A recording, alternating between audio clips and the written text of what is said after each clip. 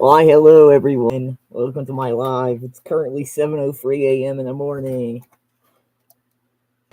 I'm trying to figure out how to do a gaming live stream when I can, because we're going to be playing Joy of Creation. But I don't know how to do that yet properly. I just did a live like a couple of minutes ago testing it out. Yeah, I didn't share my screen. So I'm having a bunch of complications. I'm pretty sure you can understand. So yeah. We're going to be watching some YouTube in the meantime.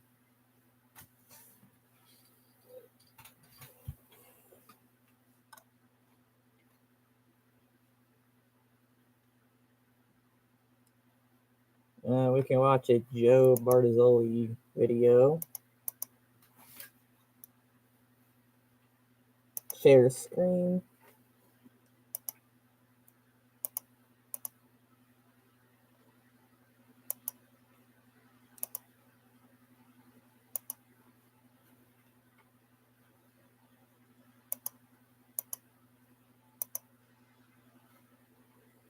Yeah, this one.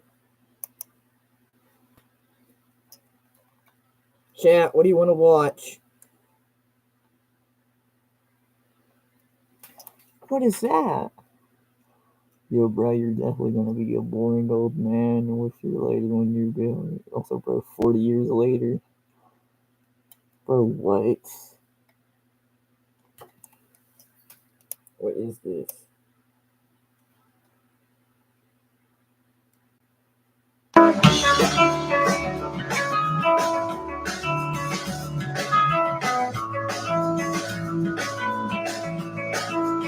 Evening, and thank you so much for joining us. I'm Laura Painter. And I'm Chris Thomas. We're tracking the latest on the firefight tonight. I want you to take a look. I want to show you the location of the two biggest fires. They're both in LA County.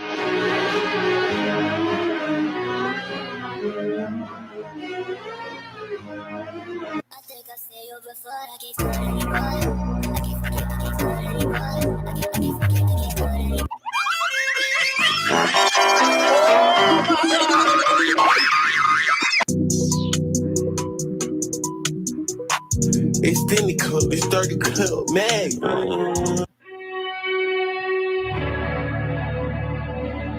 For real. For real.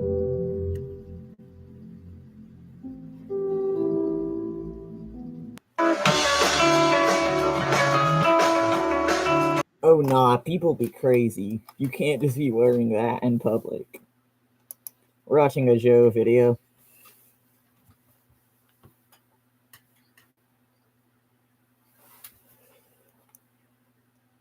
I don't care about Max, we're gonna watch this first. The most terrifying monster we can imagine. Fall. I must have been 5 or 6 when, at a sleepover, a friend asked me the scariest monster you can think of. My mind. What's the scariest monster you can think of? I'm gonna go. What's this orange? Not you guys are saying like just random people or like zombies and shit, Satan. I think that the scariest monster would be a skinwalker that is posing at like Uncanny Valley shit. Something that looks like your mom but isn't, right? Something that looks like your dad but isn't. Something that looks like your friend but isn't. Or you. I think me would be less scary though if it looked like me. What's more scary? Something that looks like you but isn't you, or something that looks like somebody you know but isn't you or isn't them? Yeah, like a doppelganger, but something's wrong with them. Like it's like clearly you can tell that they're not them. I feel like you. No, your friend. I feel like seeing me, I don't know. Would that be more scary or less scary? No, that would be way more scary. If I turned right now and just saw like Uncanny Valley version of Brooke, that would be less scary than if I turned and just saw me just standing there. You know how scary that would be? Yeah. And some of you guys are like, oh, Satan, oh, zombie, oh, fucking a vampire, oh, fuck. You know how fucking less scary that would be than opening your door one day and seeing you, but it's just staring at you like.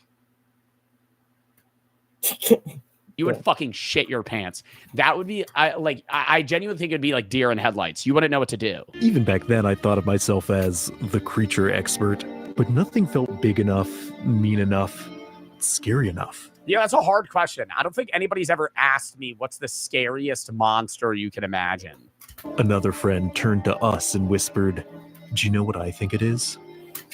There is a shadow lurking across cultures, an eternal struggle to depict ultimate evil. How can we, with our limited means of comprehension and storytelling, portray true darkness, make fear physical?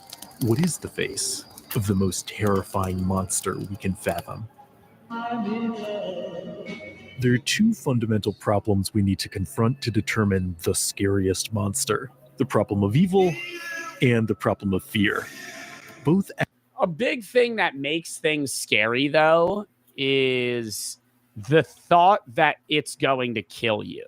Death, I think. Not even evil. He's going to get into evil, and I think, devils, Satan, all those things. It's not death, it's pain. Well, they always say that the reason uncanny valley things are even scary to us is because other species of humans existed that weren't us. At some point, we evolved the need to recognize like humanoid-esque creatures that weren't us, like Denisovans. Denisovans don't look that scary. What's like a scary looking other type of like hominid?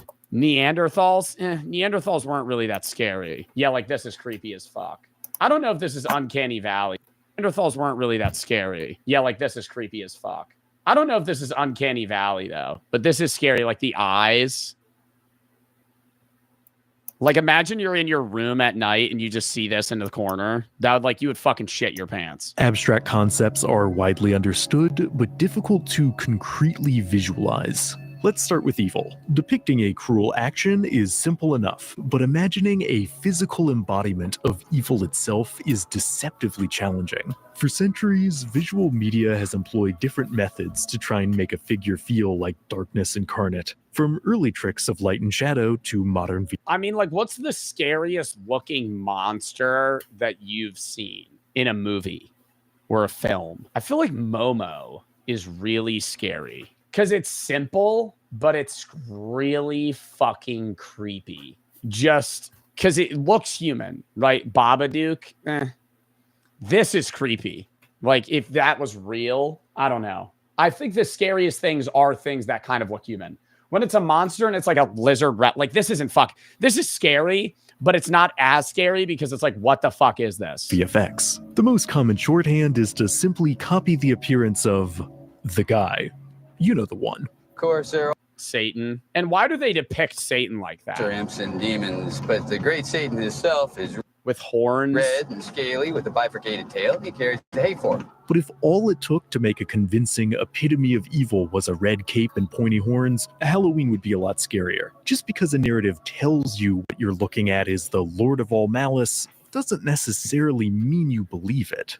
Creating a figure that viscerally personifies evil is not just a question of visuals, but characterization. After all, cruelty is not an aesthetic so much as a behavior. One of the most important landmarks in portraying wickedness on screen comes... I'm like actively trying to imagine the scariest thing I can while I'm also simultaneously watching this and trying to talk to you guys. This is like the first time I'm triple tasking. I'm like sitting in my brain trying to picture like what's the scariest thing I could think of. I know I'll hit it when I'm sifting through things that look scary in my brain, and I know I know it'll be the scariest thing when I just get goosebumps. Yeah, the Smile Monster. Oh my god. Really though. From the movie Smile. Because it's also like people you know. Yeah, the Smile Monster. Just something that's like really like it enjoys, like it's scary, something that's malicious, but something that's malicious and angry is less scary than something that's malicious and happy. See, it's difficult to empirically measure evil beyond subjective feelings. No eyes, I think makes things the scariest. Because they always say looking at somebody's eyes is seeing inside of them and seeing their soul.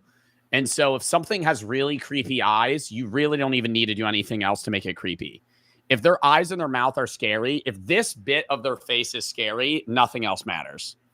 Most philosophies recognize two major categories of unkindness: moral evil, which is the result of intentional actions, and natural evil, which is the result of impersonal phenomena. And notably, most people find the former to be more evil than the latter, regardless of scale. Norman Bates from Psycho can't level a city like Godzilla, but he nonetheless feels crueler because of thought behind his misdeeds. Whether this is objectively true could be the subject of boundless philosophical debate, but for the purpose of this video, let's just roll with it and define evil. Well, it's intent versus random chance. A tsunami occurring is evil, but it's just an occurrence that has no motivator, comparable to a person that just wants to kill people. So now we, seemingly, have the formula for determining the ultimate monster. Find the entity that's done the worst things for the meanest reasons, and we've got the winner, right? Well, not so fast, because we've forgotten the second half of our quandary, the question of...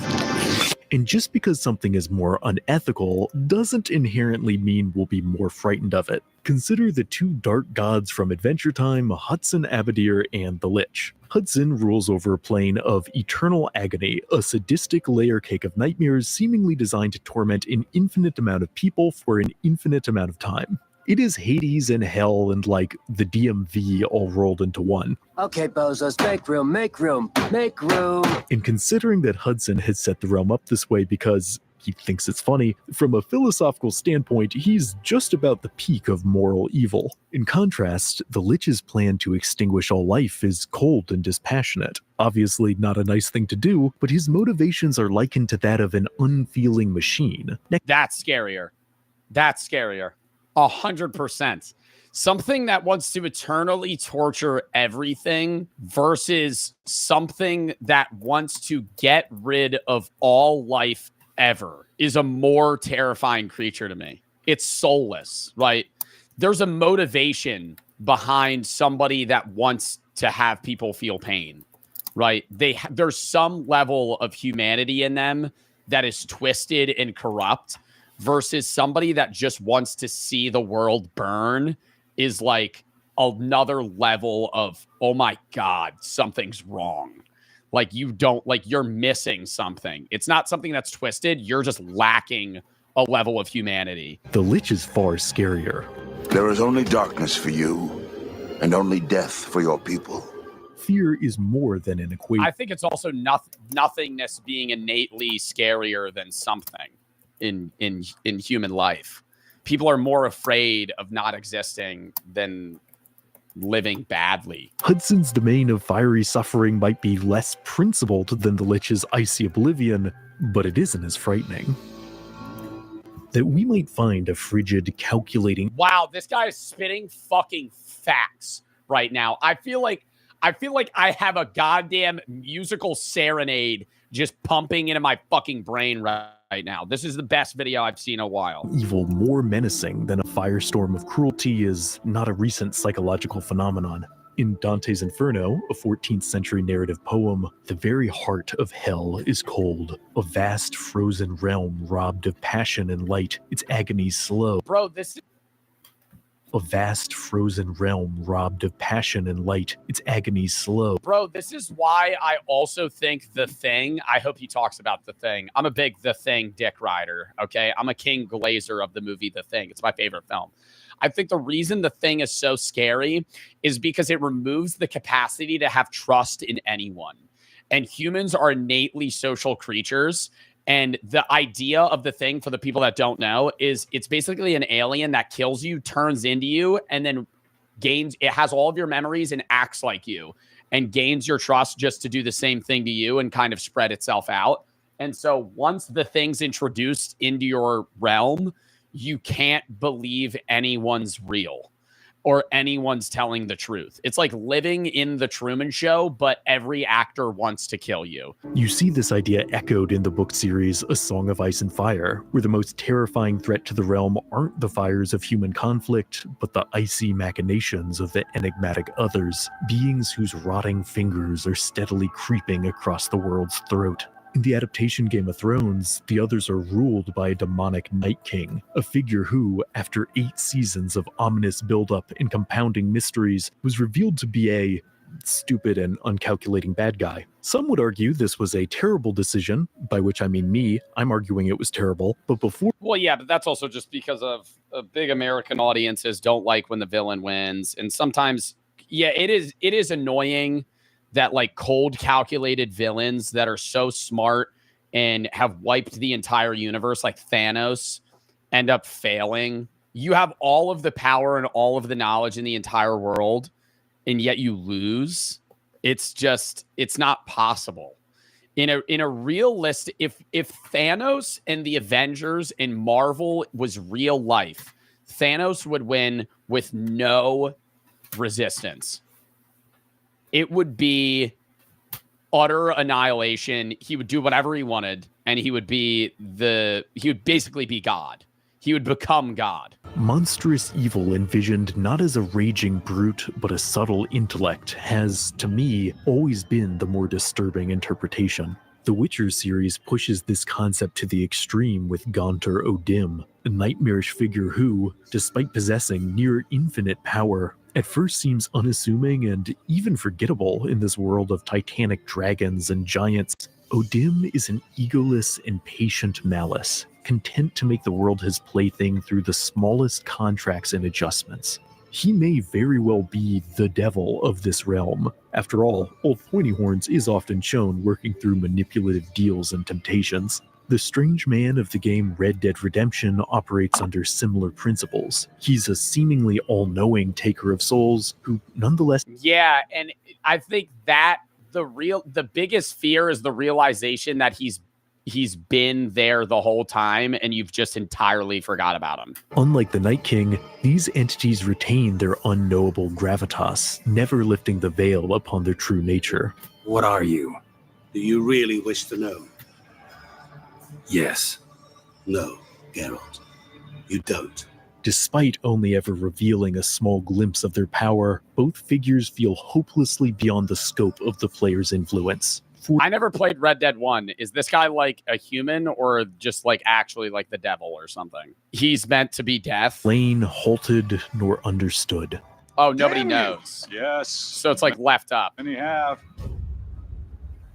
That the most menacing monster may well be a secretive, subtle figure might seem counterintuitive. Surely the greater the scale of an on-screen horror, the greater the impact. Yet as I've discussed in past videos, beyond a certain threshold of destruction, it is increasingly difficult to take devastation seriously. A villain blowing up the universe is generally less... Yeah, it's scary, but I don't know. I think a big giant that's the size of a planet that's just going through wiping everybody out is less scary than something that's human size and still has the same power as the big guy, but you don't know it until like it's too late. Because our minds can much more easily quantify the latter. Out of every villain in the Avatar series, like who's the Dormammu from Doctor Strange is not as scary as Black Widow. Whenever a threat is so massive it's difficult to mentally encompass, it ironically makes the stakes seem smaller. Villainy on a cosmic scale, perhaps unsurprisingly, struggles to be intimately scary. So perhaps the most terrifying monster would be a hushed whisper of cruelty, an evil so understated that it sinks into your bones before you feel the first discomfort. Lead character to indulge in his darkest impulses. What makes this depiction of evil unforgettable is how the stranger seems almost feeble throughout most of the narrative, showing fear and weakness like any mortal human would. Despite the fact that he reveals his true cold malice in the first scene, despite the fact that the film's title literally translates to the devil, the stranger is such an unassuming and delicate instrument of darkness, you find yourself second-guessing your first instinct to his true identity. But with Yo, chat, do you want to know what I find scary? Let me show you real quick. I'm about to show you what I find scary. This. I find the Demogorgon scarier than the Mind Flare, Vecna, just all of them. The Demogorgon singles it. The reason is because it's human-shaped, but it's also animalistic. It's like an animal. It's an apex predator. It takes a lot to kill it. Like, if this was charging at you, look at all the teeth in its mouth. That's not going to be a pleasant experience. And its claws, its arms are long. It can also teleport pretty much. Put down a portal, go somewhere. It could tear through your wall and kill you right now if it existed. It's like a shark. If you bleed, it's going to know that you're bleeding and it's going to find you. It can detect a drop of blood. It's what happened to Barb. Demogorgon was the scariest part of Stranger Things, in my opinion. The Demodogs aren't that scary. It's because this thing, it's human-shaped, but also not at the same time. This thing is a big threat. It scares me. Like, if you saw this outside your window, you would not, yeah. I'm pretty sure you can see where I'm getting at.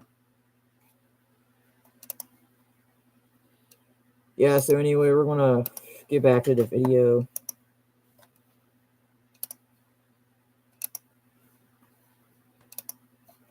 The hypothetical as extreme as the scariest monster, one understandably might want a portrayal that is both subtle and almighty, equal parts personal. I don't know. I think a big thing in this is maybe this scene is making me think about it. A lot of you guys have seen AOT. And the Titans in AOT are less scary. Attack on Titan, for the people that don't know, it's slang. The monsters in AOT are scarier when they're mindless. Mindless, kind of evil-driven monsters are scarier than something with motivation, right? Something that's thinking is something that's less scary to me. But then it's lacking evil. It's just innately an evil creature. The horrors of familial dysfunction are an effective method for grounding a larger terror in more intimate dread. In many respects, all the gruesome deities in the realms of Elden Ring are the product of a broken family unit, each pantheon member wronged by at least one other in some sickening manner, and made all the more terrifying for it.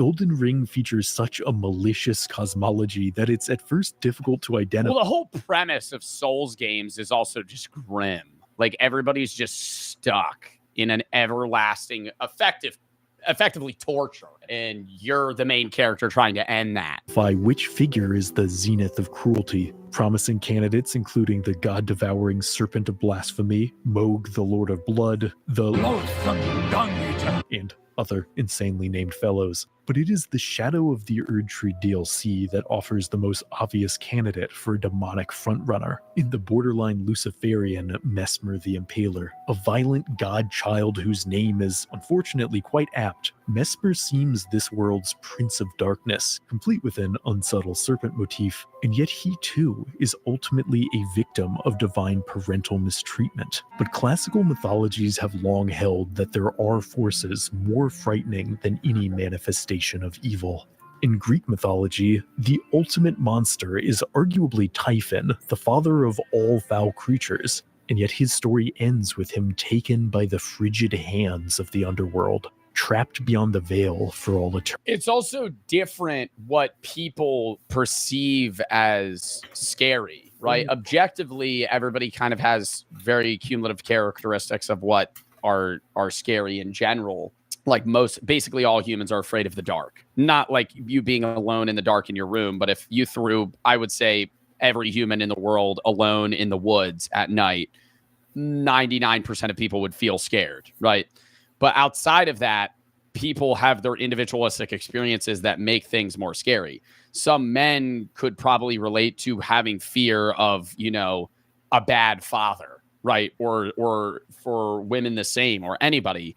What you deem as scary might be different from me or you or somebody else. So in a universe where he succeeds in annihilating all living things, the Lich is left broken and despondent, almost frightened by the meaninglessness of the oblivion that awaits us all.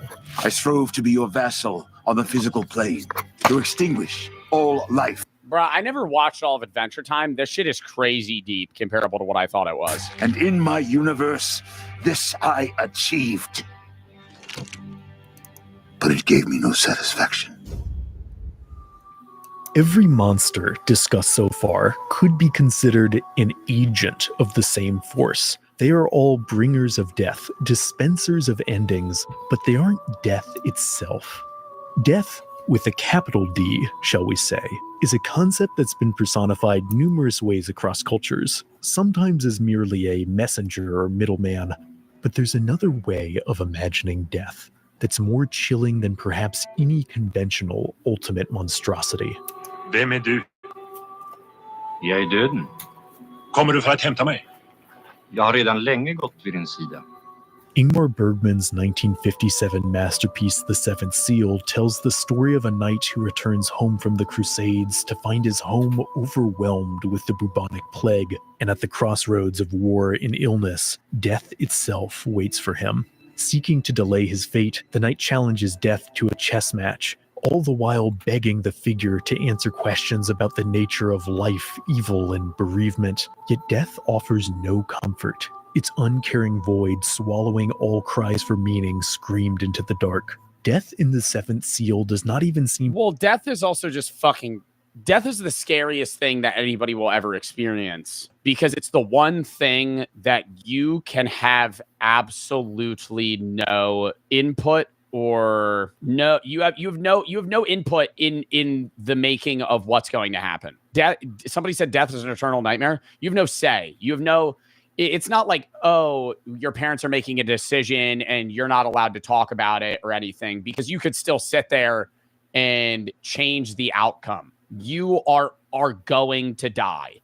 We are all going to die, and coming to terms with having literally no thing that you can do or say or achieve to change that is fucking shitty.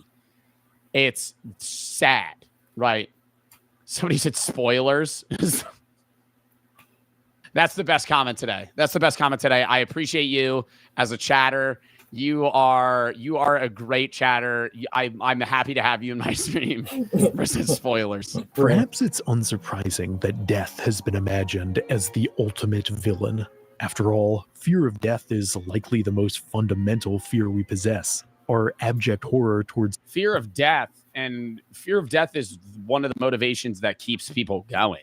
And just on a humanistic, animalistic perspective, your goal in life is to survive long enough to reproduce. And so everything that will prevent that is something that is an enemy of yourself. So that's why monsters in themselves can be scary, but nothing can be scarier than death itself. Wow. Wow. Wow. Wow. Wow. Okay. Wow. You're more scared of dying than death itself. I'm scared of growing old and losing the ability to function at a level that I am now. And I think that's written a lot about in Stoic philosophy and Marcus Aurelius, where it's kind of it's actually a thing that the people that created Stoicism killed themselves when they got too old. And it's a thing within Stoicism that when you recognize your body or your mind are going, you take yourself before it gets too late, because you lose yourself. I think at some point you physically die, and I think at some point you mentally die. And one of the best examples is people with Alzheimer's. When your brain starts deteriorating and you're still alive, the you that existed is gone. And something that comforts me, at least, is that the me that exists right now will be dead before I die. Because tomorrow, the me that exists right now will be dead. I will be an entirely different person. Only a very fractional percentage of me will have to confront death. And Marcus Aurelius talks about this, and a lot of other philosophers talk about The fact that when you die, you only lose the present. The only part of you that is losing anything is the part of you that exists in that exact moment. Because every other part of you is either already gone or hasn't existed yet, which is comforting, but it's also just like, okay, yeah, but still death sucks. In fact, while death in Puss in Boots at least somewhat follows a code of honor, death in the Seventh Seal is eager to cheat if it means winning the grand game against the living. It is the monster at the end of all things. It has no reason to play fair. But death need not be an active villain to chill you to the bone. In Alan Hawley's brilliant animated And that's what makes it even scarier, because death isn't a villain. short film Coda, death is a quiet, gentle figure that appears after a man's sudden passing. Unlike most personifications, I feel like most figure, but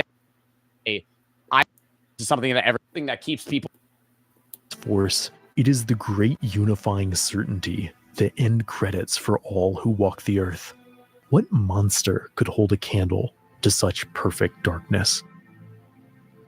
The difficulty with making assertions about the most terrifying... Wow, dude. I always just think about I say this all the fucking time. I always just think about like the last minutes of my life and whether or not I'll even know that it's the last minutes of my life and what I'll experience. Will my life flash before my eyes? What will the last waking moments be? Will it feel like a dream, or will I consciously in my own brain tell myself, wow, I'm actually about to die? And I wonder, whenever I think about this, if in that moment I'll flash back now. I will forget this in a year. And I wonder if when that occurs, if that will come back to me. I have a lot of people in my life, not going in very specific, but that will likely die soon, and it's very sad.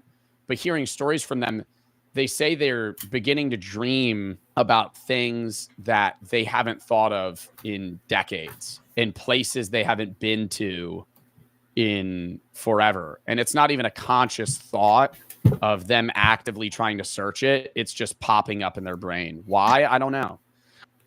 Things like you begin thinking 30 years of it, but someone else may very reasonably find a more physical embodiment of evil to be the pinnacle of monstrosity. In many ways, defining ultimate evil is a question of whether or not a corporeal nightmare haunts you more than a dreamless abyss. And it's a question I don't think has a universal answer. Fear is a slippery, evolving thing. So surely true darkness would have many facets. Surely the most terrifying monster could wear multiple faces. Skinwalker. I said at the start of this. Reflecting on the apex of terror is a somewhat masochistic exercise, but I think there's a primal value in entertaining such monstrous extremes. Since our earliest days of sitting around a fire, we've told tales of what stalks in the night, familiarizing ourselves with the grimmest possible hypotheticals. Every generation has reflected on the hyperbole of the ultimate monster, and perhaps that's as it should be. For when one pushes the boundaries of comfortability, the shadows of the world can ironically seem a little less ominous.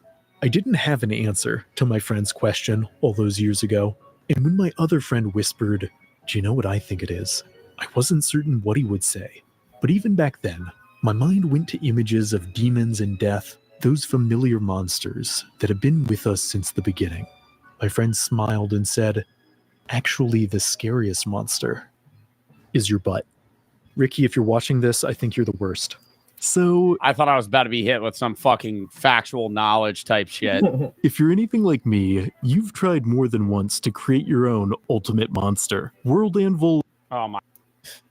In stream. I had a fun ass time streaming. Hope you guys had a fun ass time.